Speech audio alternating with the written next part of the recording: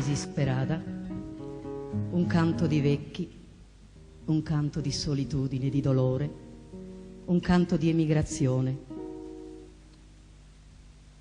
Figli miei, che siete a stuolo partiti per sudare in terre altrui, il canto vi muore nelle vene e implorate ad ognuno il conforto.